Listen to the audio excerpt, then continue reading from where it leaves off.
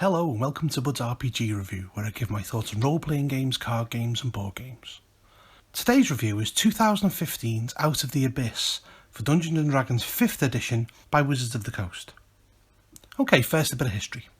Out of the Abyss is a 256-page campaign that is part of Wizards of the Coast Rage of Demons series. It was released to support the then new Dungeons & Dragons 5th edition line.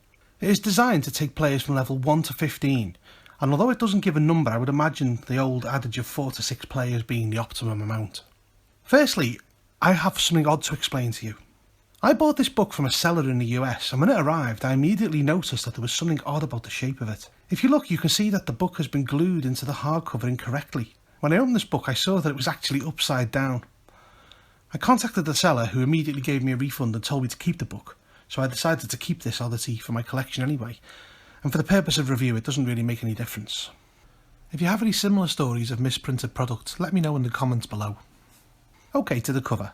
Here we have an excellent piece of art by Tyler Jacobson of the Prince of Demons Demogorgon. There'll be spoilers from this point on, so if you have any plans to play this, this is your one and only warning to stop. In the credits, we are informed that the book was a collaboration between Wizards of the Coast and Green Ronin. We are then informed via the disclaimer about how Wizards will accept no responsibility to exposure to Demon Lords. A nice touch. We also have an explanation of the cover art. It turns out that Demogorgon is rampaging through Menzoberranzan after being summoned by the Drow Archmage Grumph Baenri, which establishes it as being wholly based in the Forgotten Realms. Chapter 1 is entitled Prisoners of the Drow. To the probable annoyance of the players, the scenario begins with them being captives of the Drow in an Underdark outpost called Velkenvelve. The players are thrown into slave pens with nothing but the clothes on their back and their wit to save them.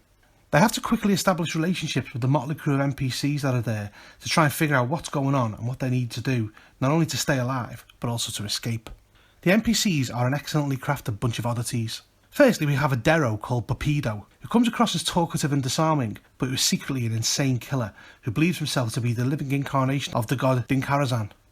Next up is Prince Derendel, who is a Quaggoth who speaks Elvish and claims he is the prince of a kingdom of Melrindenvane, who's been polymorphed into a Quaggoth.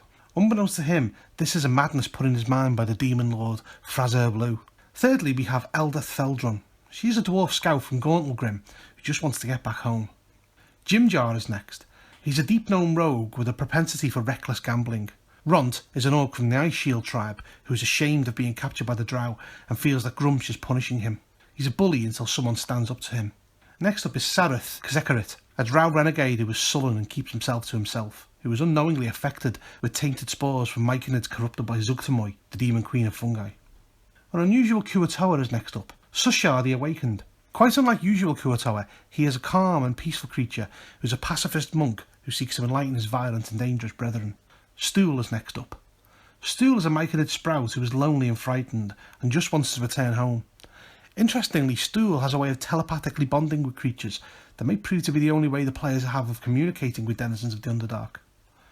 Finally, we have Topsy and Turvy, two deep gnomes who are actually were-rats. Initially, the players need to investigate their fellow prisoners and gain clues as to what's happening, as well as hints of what to do next. And the relationships that the players have with the NPCs can have far-reaching effects later in the campaign. They're being held captive by a group of Drow led by Ilvara Mizrim, a vicious priestess of Lolth. Velkenvelve is fully statted out and detailed. The idea in this chapter is for the players to get the lay of the land and scavenge what they can in order to escape. The DM has a few options available to present the players with, but it's up to the players to make a move at the right time. Chapter 2 is called Into Darkness. Assuming the players, plus any number of fellow captives, have escaped, they have a number of options available to them. The Kuatoa city of Slubladop, the Dwergar city of Greckelstug, the myconid settlement of Neverlight Grove, the Sverfnebelin city of Blingdenstone, and even Menzoberranzan itself, and various NPCs can assist the players in going wherever they decide to go. Each city and settlement has a travel time based on whether the players are moving fast, normal or slow. This chapter goes on to detail the environment of the Underdark. It starts with the basics of threats and surprise, and works through navigating, foraging and timekeeping. We also have details on an unusual magical energy called Fairsres, which appears in patches all over the Underdark and is important for various reasons as the campaign progresses. It discusses equipment crafting and the new mechanic introduced by the presence of the Demon Lords for this campaign, Madness. We have some nice detail on the various fungi of the Underdark, as well as what it can be used for, and rules on narrating the journey. After fleeing Velkenvelve, the Drow started to pursue the escaped slaves, and the book details how to keep track of this. Following this, we have random encounter tables that detail the different terrains that players come into, and also creature encounters. We also have some set encounters you can challenge the players with at various points, like the Silken Paths, which has the players navigating a large spiderweb network, or the Hook Horror Lair, which could see the players rescuing a mated pair of hook horrors who are being hunted by a group of gnolls, driven mad by the presence of the demon lord, Yeenoghu. We also have the Oozing Temple, which has the players encounter an awakened gelatinous cube called Glabagul, who can actually join the players as an NPC, albeit a very slow-moving one, and the Lost Tomb of KM, which has the players encountering the final resting place of a Netherese sorceress reborn as an undead, and also them finding a sentient sword called Dawnbringer that could assist them in a major way in the Underdark. Chapter 3 is the Dark Lake. The Dark Lake is not a lake as such, but many interconnected rivers, tunnels and canals. We're given details on how the players can traverse the Dark Lake, including terrain and creature encounters. On the banks of the Dark Lake is the first city we have detailed, the Cuatoan city of Slubladop. We have details on how to handle a Cuatoa, as well as a list of the prominent characters in the city. The first quest the players can embark upon is one presented by Ploplupine, the Archpriest of the Sea Mother, Blibdulpulp. Recently, the Archpriest's daughter experienced a powerful vision of a new god that they should worship, Nemu Gugun, the Deep Father. This has split the Cuatoan community in two, and the players are asked to investigate it to find out what's going on. The players investigate a series of events that culminates in a ritual that summons Demogorgon himself from the depths of Dark Lake. Obviously, the only sane choice that the players have at this point is to flee. Chapter 4 is the Dwergar city of Gracklstugh, the City of Blades. Gracklstugh is on the banks of the Dark Lake, and the likelihood is that the players will be immediately arrested upon arrival. The Dwergar rule this city with an iron fist, and it's also populated by Derro, who are treated like vermin, and a tribe of stone giants, who've sworn an oath to the ruler of Gracklstugh, Deep King Morgar Steelshadow V. The city is essentially a giant forge, with the fires being lit by a resident red dragon, Thembachord. There are lots of mini-quests to do within Gracklstugh, including exploring the wall stone tunnels beneath the city, investigating the local thieves guild, the Grey Ghosts, on behalf of Thembachord to find her stolen egg, and a plot by the Derro to turn the stone giants against the Dwergar in the name of Demogorgon. There's lots to do in Gracklstugh, and the Air of Paranoia should definitely give the players plenty to deal with. Chapter 5 is the Myconid settlement of Neverlight Grove. The Grove is one of the safer parts of the Underdark, as it's not on any maps and is difficult to get to. The players find an abundance of food and water here, as well as the almost alien-like Myconids. The Myconids are genderless fungus people who are led by two sovereigns, Sovereign Philo and Sovereign Basidia. Normally, Myconids are led by a single sovereign, usually the largest among them. Sovereign Basidia arrived 2 years ago and was welcomed amongst the Myconids. The Myconids are organised into circles, groups of them separated by the function they perform for the community, sowers, growers, hunters, etc. They meld with each other daily to share their individual thoughts and feelings. However, recently, unknown to the Myconids, Sovereign Philo was corrupted by the demon queen of fungi, Zugtamoy. Sovereign Basidia suspects something is wrong and urges the players to investigate. Sovereign Philo happily advises the players that he wants to show them a wonderful surprise in the Garden of Welcome. What Sovereign Philo wants to actually do is deliver the players to Zugtamoy herself. This chapter ends with the players fleeing another battle they cannot win as they discover Zugtamoy in residence in the Grove. Chapter 6 is about Blingdenstone. Blingdenstone is a Sverfneblan city that was destroyed years ago by a drow army from Menzoberranzan. The Deep Gnomes have spent the time since trying to rebuild and reclaim the ruins of Blingdenstone. There are, however, complications. A large faction of the Deep Gnomes are infected with lycanthropy, and a colony of were-rats is in residence there. The were-rats generally want to be left alone, and even accepted by the Deep Gnomes, and the de facto leaders of the Deep Gnomes, Dorbo and Seni Digamatic, want this investigated. Unknown to the players, there are other factions at work here. Blingdenstone is a home to ghosts of varying friendliness, a drifting cloud of magical dust called Ogremok's Bane that is corrupting elementals it comes in contact with, along with an attendant Medusa that serves it. Also, unknown to the Deep Gnomes, but known to the were-rats, is a crazy Deep Gnome that has pledged himself to the Demon Lord of Slime, Jubilex, the Pudding King. In this section, the players have to do quests for the various factions, possibly even uniting the were-rats and the Deep Gnomes against the Pudding King and his vile army of slimes, oozers and puddings. Upon completion of this chapter, the players get their first chance to get to the surface. The adventure suggests they should be around 7th level at this point. Chapter 7 is called Escape from the Underdark. It discusses the various ways the players can leave the Underdark, as well as what happens to the various NPCs that they may have picked up along the way. Also, this chapter has the drow from Velkenvelve finally tracking down and confronting the players. Chapter 8 is called Audience in Gauntlgrim. Gauntlgrim is the dwarf kingdom of the north led by King Bruno Battlehammer. Gorton Grim has abundant mines and a great forge which is fueled by a magically bound slumbering primordial called Megaera. The players are summoned to Gorton Grim by Bruno, who wants the players to head back into the Underdark to investigate what is happening, as he is worried at the reports of demon lords appearing. In this chapter, the players are treated to a feast where they can make potential allies amongst the Harpers, the Knights of the Order of the Gauntlet, the Emerald Enclave, the Lord's Alliance, and perhaps critically the Zhentarim.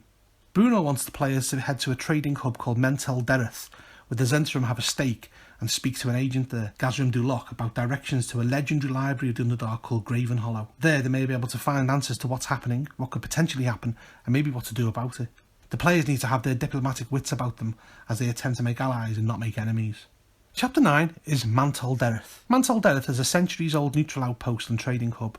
Here the likes of Drow, Dwergar, Svirfneblin and the surface dwellers meet in a safe environment to trade their various goods. Unknown to the players, things have become a lot more dangerous here recently with the demonic incursion of the essence of Fraser Blue. When the players arrive, there's open fighting in the streets, and they will need to track down Gazrim Duloc and retrieve his ring from him that will lead them to Graven Hollow. In Mantle Dereth there are numerous challenges that the players can face, including Zaxax the Eyemonger, a beholder that takes eye stalks from other beholders and grafts them onto its own body, and various other factions who are all trying to get their hands on the black gem that contains Fraser Blue's essence. Chapter 10 is called Descent into the Depths. It's here where the players take stock of the force they could have collected at this point for the long journey to Graven Hollow. It also details downtime activities and what's happened in the various places the players have left in the Underdark. Chapter 11 is called Graven Hollow. Graven Hollow is described as a bastion of peace and order in the Underdark. It's an ancient place that is protected by potent magic and only shows itself to those worthy of its secrets. The players are met by an intelligent basilisk called Veldiskar, who advises the players that it's been sent to accompany them to the gates of Graven Hollow. The stone library is attended by stone giants in Galeb Dur, and information about things happening in the Underdark, past, present and future, can be discovered. The players can also interact with past and future echoes of powerful characters, with the likes of Elminster, Elustro Silverhand and Grazit being notable. While in Graven Hollow, the players are approached by a powerful Drow Archmage, Vizeran Devere, who advises the players that not only does he understand what's happened to pull the Demon Lords into the Underdark, but who is responsible, and possibly how to fix it. Vizeran invites the players to his tower to formulate a plan. At this stage, he is the players' only hope of finding a resolution to all of this. Chapter 12 is called the Tower of Vengeance, named after Vizeran's tower, Araj, the Drow word for vengeance. Should the players make the sensible choice of meeting with Vizeran, they discover that he is an exile from Menzoberranzan, and that the reason that the Abyssal Demon Lords have appeared in the Underdark is due to Vizeran's hated rival, Menzoberranzan Archmage Gromf Baenri, using a unique ritual that channeled the power of Thea's Rest that was so powerful it shook the walls of the plains and drew the Demon Lords in. His spell pulled Demogorgon to Menzoberranzan, who proceeded to attack the city. Vizeran also suspects that Lolth herself is behind this, using the absence of the Demon Lords and their domains to make a power grab in the Abyss. Vizeran does, however, have a plan. He believes he has the power to devise and cast a ritual using a unique talisman he calls the Dark Heart that will draw all of the Demon Lords to one place where they will try to destroy each other. Unfortunately for the players, to create the talisman, Vizeran requires a few components that are difficult to get hold of, and also Gromf's grimoire. Luckily, Vizeran thinks he knows the location of some of the more obscure components and sends the players off to find them. Chapter 13 is called the Worm Writhings. One of the components that Vizeran needs to create the Dark Heart is a purple worm egg. The players journey to a known set of purple worm tunnels called the Worm Writhings in the hope that they can find an egg. The players happen upon a tribe of troglodytes fighting over a magical sword, as well as a lost Drow wizard who has been separated from her mother, who is part of a group of Drow explorers who have headed into the Worm Writhings to collect the purple worm egg, as they are prized amongst wizards for their use in arcane rituals. If the players assist the Drow, it may help them later on. Eventually they come across the worm nursery, where they will need to get past the Fomorian who looks after the eggs. The players, upon retrieving an egg, then need to journey to the vast Oblivium to retrieve the central eye of the beholder, although they may already be in possession of one from earlier encounters. Here the players will need to contend with Karazakar the Eye Tyrant and the cult that it is built around itself. Karazakar is in search of something called the Maze Engine. The players can also free a Modron slave from amongst the beholder followers. Chapter 14 is the Labyrinth. One of the components can be garnered from a vast snarl of twisting tunnels known as the Labyrinth. The players need to retrieve angel feathers from here. The Labyrinth is populated by savage minotaurs and demons. The players can come across Adairn's instant fortress and battle the creatures that have amassed around it and within, and even gain a Gnoll guide called Gash. Gash can help the players greatly within the Labyrinth and leads them to a shanty town within the heart of it, the Filth Riddens. Here the players discover the worship of Yeenoghu has taken over. The players can also find a group of Modrons that became lost during the last Great Modron March over 200 years ago. The Modrons know of the Maze Engine, they call it an Orderer, and advise the players to avoid it as it is malfunctioning at the centre of the Labyrinth. The next encounter has the players witnessing the Demon Lord Yeenoghu and his pack taking down a Garisto demon with ease in a fight that they should avoid. The players can obtain 2 components that they need, the heart of a Garisto and blood from a Demon Lord, which can be recovered from the horns of the Garisto. Following this, the players come upon the eerie Gallery of Angels. Here, 8 fallen angels reside after being condemned by the gods and petrified in various poses of suffering. Although the angels are made of stone, they are very much alive, and the players can interact with them. Here they can chip off a few stone angel feathers that are required. Following this, should the players decide to search for it, they can encounter the Maze Engine. It is being protected by Nalfeshni, and if defeated, the players can attempt to restart it with various random and powerful effects, as well as sending Baphomet and Yeenoghu back to the Abyss. Chapter 15 is next, the City of Spiders. The goal here is twofold: to obtain Gromf Bainry's summoning grimoire from his sanctum in Sorcerer, and to place the Dark Heart within Menzoberranzan to act as a beacon for Vizoran's ritual. Vizoran has a secret passage that he has created that will take the players directly to Menzoberranzan. He sends his drow apprentice Grin with the players to act as a guide, and advises them that he has allies in the Council of Spiders, a secret alliance of drow mages who want to overthrow Lolth's rule, that have infiltrated Sorcerer and will aid the party when they arrive there. This chapter details the various districts of the Great Drow City, like Tir Bresh, Donegarten and Narbondel, as well as including encounters for each area, as well as the effects that Demogorgon appearing had upon it. The players can form various alliances within the city, even surprisingly with Jarl Axel Bainry and matron mother Quenthel Bainry. They both want rid of the Demon Lords from the Underdark and won't stand in the players' way in trying to do this.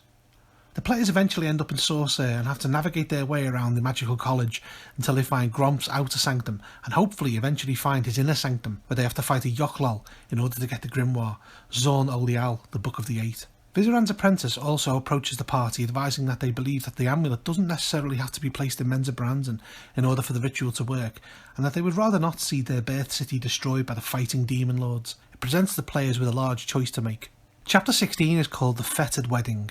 The players are contacted by Sovereign Basidia from Neverlight Grove. Basidia tells the players that usually myconids can only communicate telepathically via spores over short distances. The influence of Zuggtmoy, having spread through the Underdark channeling Fezres, has allowed them to tap into a larger presence and communicate further. Basidia tells the players that having corrupted most of the myconids, Zuggtmoy has intentions to marry Arormakos, a strange fungal realm in the heart of the Underdark, and possibly the largest life form on Faerun. With the two of them bonded, Zuggtmoy intends to spread her dominion to the surface world. Zuggtmoy has charmed Arormakos into a slumber in order to perform this bonding. Basidia believes that it can assist the players in bonding with Amornikos and wake it up so it can fight off Zuggtmoy's advances. Basidia proposes meeting the players within Amornikos' vast cavern complex and recommends not interacting with any myconids they meet on the way as they are marching there to attend the wedding. Unknown to the players in the myconids, the Demon Lord Jubilex has found out about the wedding and is mobilising an army of oozers that are currently making their way towards Arormakos in order to stop Zuggtmoy. Jubilex just sees Arormakos as a living feast of colossal proportions. The players will need to act fast in order to beat the forces making their way there. Upon meeting with the myconids in Arormakos' realm,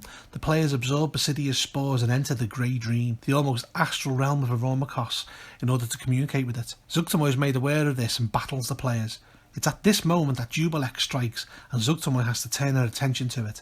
Arormakos asks the players to destroy an infected part of it in order to break Zuggtmoy's grasp, and the players leave the Grey Dream only to see a triumphant Jubilex devour Zuggtmoy. The players have this chance to fight a vastly weakened Jubilex if they want to, with the defeat of him sending him back to the Abyss as has happened to Zuggtmoy's earthly form. The players end the chapter with them retrieving the final ritual component, the 13 Tinmask mushrooms that can be found in the aftermath of the failed wedding ceremony, as well as some of Jubilex's blood if they missed Yeenoghu's earlier. Chapter 17 is called Against the Demon Lords. With everything in place, Vizoran can finally enact his ritual to summon the Demon Lords to the Dark Heart for one final showdown. The adventure throws some potential moral spanners in the works here, as well as offering divine hope by suggesting that the crazy Sverfnebel and Jimjar isn't all he appears to be. The players, if they've not chosen Menzoberranzan as the final battleground, have other options available, and these are detailed here, but they should be present there to witness the battle of these titans. The adventure suggests giving the players a Demon Lord each to play in the battle. They're fully statted out here.